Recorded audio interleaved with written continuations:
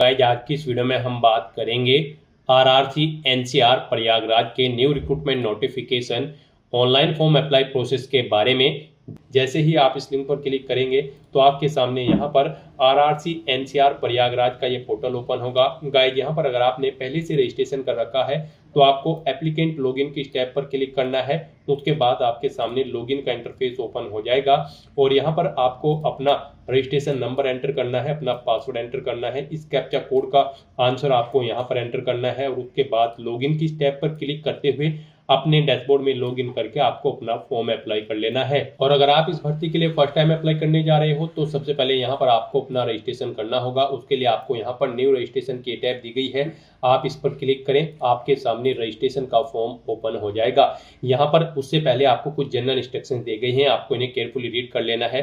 I agree के checkbox को okay करना है, प्रोसीड के ऑप्शन पर क्लिक करना है। अब यहाँ पर आपको अपनी बेसिक डिटेल्स देते हुए अपना रजिस्ट्रेशन करना होगा। सबसे पहले यहाँ पर आपको अपना नाम देना है, फादर का नाम देना है, आधार नंबर देना है, मोबाइल नंबर देना है, ईमेल आईडी यहाँ पर एंटर करनी है और उसके बाद फिर आपको क्रिएट लॉगिन के ऑप्शन पर क्लिक कर देना है। फिर यहाँ पर आपके मोबाइल नंबर पर एक ओटीपी सबमिट किया गया है, वो ओटीपी आपको यहाँ पर एंटर करना है और उसके बाद सबमिट के ऑप्शन पर क्लिक करते हुए अपना मोबाइल नंबर यहाँ पर वेरीफाई कर लेना है। इस तरह से यहाँ पर आपका रजिस्ट्रेशन सक्सेसफुली कंप्लीट हो चुका है। आपको एक यूजर आईडी और पासवर्ड यहाँ पर प्रोवाइड कर दिया गया है, आपको नहीं केयरफुली नोट डाउन करके रख लेना है। ये यूजर आईडी और पासवर्ड आपके रजिस्टर्ड मोबाइल नंबर पर भी सबमिट किए गए हैं, तो आपको इन्हें केयरफुली नोट डाउन करके रख लेना है फ्यूचर यूज के लिए। यहाँ पर अगर आपके पास आपका पासवर्ड नहीं आया है तो आप रिसेंट पासवर्ड के ऑप्शन पर क्लिक करके उसे दोबारा से यहाँ पर गेट कर सकते हैं। नहीं तो यहाँ पर बस अब आपको क्लिक हियर टू लॉगिन की स्टेप पर क्लिक करना है और यहाँ पर लॉगिन के इस इंटरफेस पर अपना रजिस्ट्रेशन नंबर एंटर करना है, पासवर्ड एंटर करना है, इस कैप्चा कोड का आंसर आपको यहाँ पर देना है और फिर आपको लॉगिन की स्टेप पर क्लिक करते हुए लॉगिन कर लेना है। नेक्स्ट आपके सामने आपका डैशबोर्ड कुछ इस तरह से शो होगा। अब गाइस यहाँ पर आपको रजिस्ट्रेशन की स्टेप पर क्लिक करना है, फिर आपके सामने कुछ इस तरह से इंटरफेस शो होगा। यहाँ पर आपका फॉर्म स्टार्ट हो चुका है। यहाँ पर सबसे पहले आपको अपनी डिवीजन का सिलेक्शन करना है, फिर आपको अपनी बेसिक डिटेल देनी है, एकेडमिक डिटेल देनी है, फोटो डॉक्यूमेंट अपलोड करने हैं, बैंक की इंफॉर्मेशन देनी है, फीस पेमेंट करना है अगर आप फीस क्राइटेरिया के अंतर्गत आते हैं और फिर आपको अपने एप्लीकेशन फॉर्म का यहाँ पर एक हार्ड कॉपी प्रिंट आउट ले लेना है फ्यूचर यूज के लिए। तो इन स्टेप्स को यहाँ पर कंप्लीट करते हुए आपको अपना फॉर्म अप्लाई करना है। सबसे पहले यहाँ पर आपको अपनी डिवीजन की डिटेल देनी है। आप यहाँ पर सबसे पहले अपनी ट्रेड सिलेक्ट करें। ट्रेड सिलेक्ट करने के बाद यहाँ पर आपको अपनी अप्रेंटिसिप का रजिस्ट्रेशन नंबर देना है। यहाँ पर गाइज आपने अप्रेंटिसिप इंडिया के पोर्टल पर जो अपना रजिस्ट्रेशन कर रखा होगा उसका नंबर आपको देना होगा। यहाँ पर अगर आपने रजिस्ट्रेशन नहीं कर रखा है तो इस वीडियो के डिस्क्रिप्शन बॉक्स में आपको एक दूसरी वीडियो का लिंक मिल जाएगा जिसमें हम आपको कंप्लीट प्रोसेस बताएंगे कि कैसे आप इस पोर्टल पर अपना रजिस्ट्रेशन कर सकते हो और रजिस्ट्रेशन नंबर गेट कर सकते हो और फिर वो रजिस्ट्रेशन नंबर आपको यहाँ पर एंटर करना है। उसके बाद यहाँ पर आपको अपनी डिवीजन या फिर वर्कशॉप का प्रेफरेंस सिलेक्ट कर लेना है। सबसे पहले यहाँ पर आप प्रयागराज डिवीजन को किस नंबर पर प्राथमिकता देना चाहते हैं, 1 2 3 4 आप अपने अकॉर्डिंग यहाँ पर एंटर कर दें। जैसे कि अगर आप प्रयागराज डिवीजन को सेकंड नंबर पर प्रेफरेंस देना चाहते हैं तो यहाँ पर आप 2 एंटर करेंगे। झांसी डिवीजन को फर्स्ट नंबर पर देना चाहते हैं तो इसके सामने 1 एंटर करेंगे। इस तरह से आप अपनी चॉइस के अकॉर्डिंग जिस डिवीजन को जिस नंबर पर प्रेफरेंस देना चाहते हैं उसे यहाँ पर आप एंटर कर दें और उसके बाद फिर गाइस यहाँ पर आपको save and next to step 1 के ऑप्शन पर क्लिक कर देना है। फिर यहाँ पर आपको अपनी पर्सनल डिटेल देनी है। सबसे पहले यहाँ पर आपको अपना जेंडर सिलेक्ट करना है, उसके बाद आपको अपनी डेट ऑफ बर्थ यहाँ पर सिलेक्ट करनी है, फिर आपको अपनी मदर का नाम एंटर करना है, अपना रिलीजन यहाँ पर आपको सिलेक्ट कर लेना है। उसके बाद यहाँ पर अगर आप इनमें से किसी रिलीजन के अंतर्गत नहीं आते हैं तो अदर ऑप्शन सिलेक्ट करेंगे और उसकी डिटेल यहाँ पर देंगे। फिर यहाँ पर आपसे पूछा गया कि क्या आप माइनॉरिटी कम्युनिटी के अंतर्गत आते हैं तो यस करेंगे, नहीं तो नो करेंगे। अपनी कम्युनिटी आप यहाँ पर सिलेक्ट करेंगे, आप किस कम्युनिटी के अंतर्गत आते हैं। फिर यहाँ पर आपसे पूछा गया है कि क्या आप PWBD दिव्यांग कैंडिडेट हैं, अगर हैं तो आप यस ऑप्शन सिलेक्ट करेंगे। उसके बाद अपनी दिव्यांगता का प्रकार आप सिलेक्ट करेंगे और फिर उसकी अपनी डिसेबिलिटी की परसेंटेज यहाँ पर आप देंगे और अगर आप PWBD कैंडिडेट नहीं है तो सिंपली यहाँ पर आप नो ऑप्शन सिलेक्ट कर लेंगे।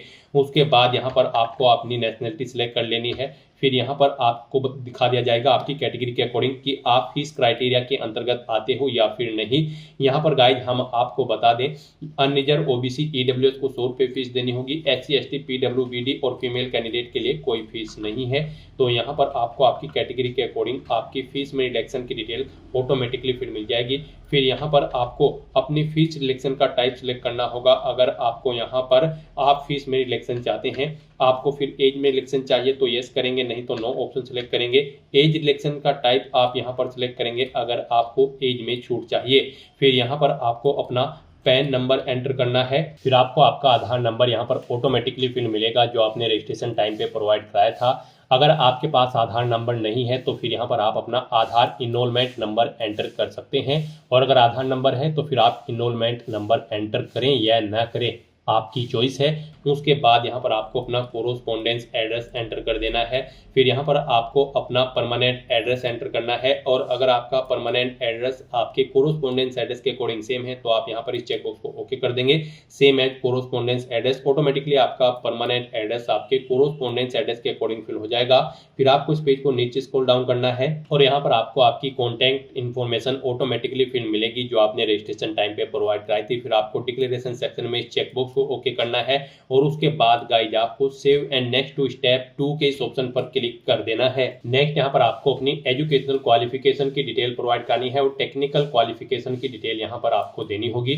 गाइज यहाँ पर इस भर्ती में पार्टिसिपेट करने के लिए आपका कम से कम 10वीं क्लास पास आउट होना जरूरी है किसी वेल रिकॉग्नाइज्ड बोर्ड या फिर स्कूल से। साथ ही साथ यहाँ पर आपके पास ITI का सर्टिफिकेट भी होना जरूरी है रिलीवेंट ट्रेड के अंतर्गत, यानी कि जिस ट्रेड के लिए आप अप्लाई करने जा रहे हैं उस ट्रेड में आपके पास ITI का सर्टिफिकेट होना जरूरी है। तो यहाँ पर अब आपको अपनी क्वालिफिकेशन की डिटेल देनी है। सबसे पहले यहाँ पर आपको अपनी 10वीं क्लास की डिटेल देनी होगी। यहाँ पर आपको पासिंग ईयर देना है, किस ईयर में आपने अपनी 10वीं क्लास पास आउट की है। बोर्ड या यूनिवर्सिटी का नाम देना है जिससे आपने अपनी 10वीं क्लास यहाँ पर पास आउट की है। उसके बाद कितने मार्क्स आपने ऑब्टेन किए हैं वो आप एंटर करें। मैक्सिमम मार्क्स कितने थे जिसमें से आपने मार्क्स ऑब्टेन किए हैं वो आप एंटर करें। CGPA है तो CGPA आप एंटर करेंगे, और फिर यहाँ पर आप अपनी परसेंटेज एंटर कर देंगे, कितने परसेंट मार्क्स आपने 10वीं में ऑब्टेन किए हैं। फिर आप अपनी डिवीजन सेलेक्ट करेंगे, आपकी फर्स्ट सेकंड थर्ड जो भी डिवीजन है आप ऑप्शन सेलेक्ट करें। उसके बाद अगर आपने अपनी 12वीं क्लास भी पास आउट कर रखी है तो उसकी डिटेल भी आप सेम ऐसे ही यहाँ पर प्रोवाइड कर सकते हैं। 12वीं नहीं कर रखी है तो बस आप यहाँ पर अपनी 10वीं क्लास की डिटेल प्रोवाइड करा दें। फिर यहाँ पर आपको अपनी टेक्निकल क्वालिफिकेशन की डिटेल देनी है, यानी कि ITI की डिटेल देनी है। सबसे पहले यहाँ पर आपने ITI किस संस्थान से की है उसका नाम देना है, पासिंग ईयर यहाँ पर आपको देना है, अपने ITI का सर्टिफिकेट नंबर यहाँ पर आपको देना है, NCVT से की है या फिर SCVT से, वो ऑप्शन आपको सिलेक्ट कर लेना है। ट्रेड यहाँ पर आपको ऑटोमेटिकली फील्ड मिलेगी जो आपने पीछे यहाँ पर सिलेक्ट की थी। फिर आपने कितने मार्क्स ऑब्टेन किए हैं वो आपको बताना है, मैक्सिमम कितने मार्क्स थे जिसमें से आपने मार्क्स ऑब्टेन किए हैं वो आपको देने हैं। फिर इनके अकॉर्डिंग आपको अपनी परसेंटेज यहाँ पर कैलकुलेट करके एंटर कर देनी है। इस तरह से यहाँ पर आपको अपनी एजुकेशनल क्वालिफिकेशन और टेक्निकल क्वालिफिकेशन की डिटेल फिल कर देनी है, और फिर उसके बाद आपको save and next to step 3 के इस ऑप्शन पर क्लिक कर देना है। नेक्स्ट यहाँ पर आपको अपना फोटो, सिग्नेचर और डॉक्यूमेंट अपलोड करने हैं। जो मैंडेटरी डॉक्यूमेंट है वो आपको हर हाल में यहाँ पर अपलोड करने होंगे, जैसे कि आपका फोटो, सिग्नेचर, 10वीं का सर्टिफिकेट, मार्कशीट, ITI की मार्कशीट सर्टिफिकेट और अपना कास्ट सर्टिफिकेट यहाँ पर आपको अपलोड करना होगा। अगर आप रिजर्व कैटेगरी से बिलोंग करते हैं तो यहाँ पर इनके लिए आपको गाइडलाइन दी गई है। आपका जो फोटो है वो 15 KB से 100 KB के बीच में होना चाहिए, JPG या फिर JPEG फॉर्मेट में होना चाहिए। सिग्नेचर आपके 5 से 50 KB के बीच में होने चाहिए, JPG या फिर JPEG फॉर्मेट में होने चाहिए। सिंपल प्लेन व्हाइट पेपर पर आपके सिग्नेचर होने चाहिए। तो अपना फोटो और सिग्नेचर अपलोड करने के लिए आपको चूज फाइल के ऑप्शन पर क्लिक करना है, फाइल को सिलेक्ट कर लेना है और अपलोड के ऑप्शन पर क्लिक करके अपना फोटो और सिग्नेचर आपको अपलोड कर देने हैं। उसके बाद आपके जो बाकी के डॉक्यूमेंट है वो यहाँ पर 50 KB से 100 KB के बीच में होने चाहिए, PDF फॉर्मेट में आपके डॉक्यूमेंट होने चाहिए। इन्हें भी अपलोड करने के लिए आपको चूज फाइल के ऑप्शन पर क्लिक करना है, फाइल को सिलेक्ट कर लेना है और अपलोड के ऑप्शन पर क्लिक करके आपको इन्हें 1 बाय 1 करके अपलोड कर देना है। यहाँ पर आपको अपनी 10वीं क्लास की सर्टिफिकेट या फिर मार्कशीट अपलोड करनी है, ITI की मार्कशीट अपलोड करनी है, ITI का सर्टिफिकेट आपको अपलोड करना है, कास्ट सर्टिफिकेट आपको अपलोड करना है अगर आप यूजर कैटेगरी के अंतर्गत आते हैं, अपना EWS सर्टिफिकेट आपको अपलोड करना होगा अगर आपके पास है। फिर यहाँ पर अगर आप PWBD कैंडिडेट हैं तो आपको अपना PWBD सर्टिफिकेट अपलोड करना है, EX सर्विसमैन सर्टिफिकेट आपको अपलोड करना होगा अगर आप भूतपूर्व सैनिक हैं। फिर यहाँ पर आपको अपनी date of birth certificate upload करना है, जन्म तिथि प्रमाण पत्र, उसमें आप अपनी 10वीं क्लास की मार्कशीट भी यहाँ पर अपलोड कर सकते हैं, या फिर आपके पास आपका जो जन्म प्रमाण पत्र है वो आप अपलोड कर दें। इस तरह से यहाँ पर आपको चूज फाइल के ऑप्शन पर क्लिक करके फाइल्स को सिलेक्ट कर लेना है और फिर गाइज आपको अपलोड के ऑप्शन पर क्लिक करके अपने इन सभी डॉक्यूमेंट्स को यहाँ पर अपलोड कर देना है।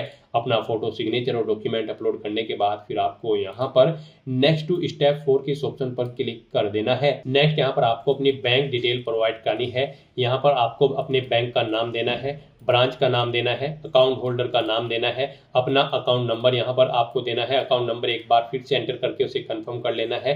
अपने बैंक का IFSC कोड यहाँ पर आपको एंटर करना है, चेकबॉक्स को ओके करना है और उसके बाद फिर आपको save and next to step 5 के इस ऑप्शन पर क्लिक कर देना है। फिर यहाँ पर आपको आपकी कैटेगरी के अकॉर्डिंग आपकी एप्लीकेशन फीस का अमाउंट शो कर दिया जाएगा।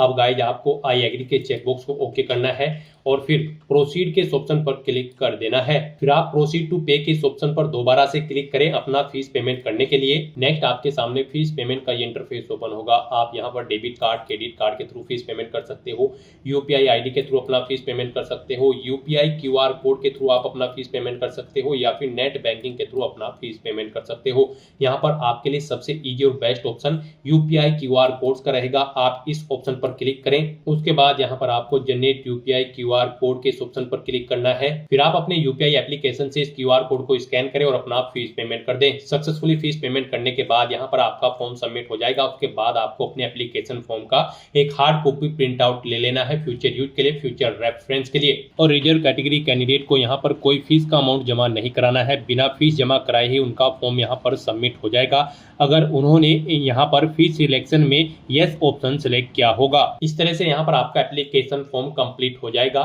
तो दोस्तों ऐसे आप north central railway Prayagraj apprentice की इस भर्ती के लिए अपने फॉर्म अप्लाई कर सकते हो बिना कोई मिस्टेक किए हुए। आज की इस वीडियो में बस इतना ही। आई होप ये वीडियो आपको पसंद आई होगी। अगर पसंद आई हो तो इसे लाइक और शेयर करें, चैनल पर नए हो तो इसे सब्सक्राइब कर लें। Thanks for watching.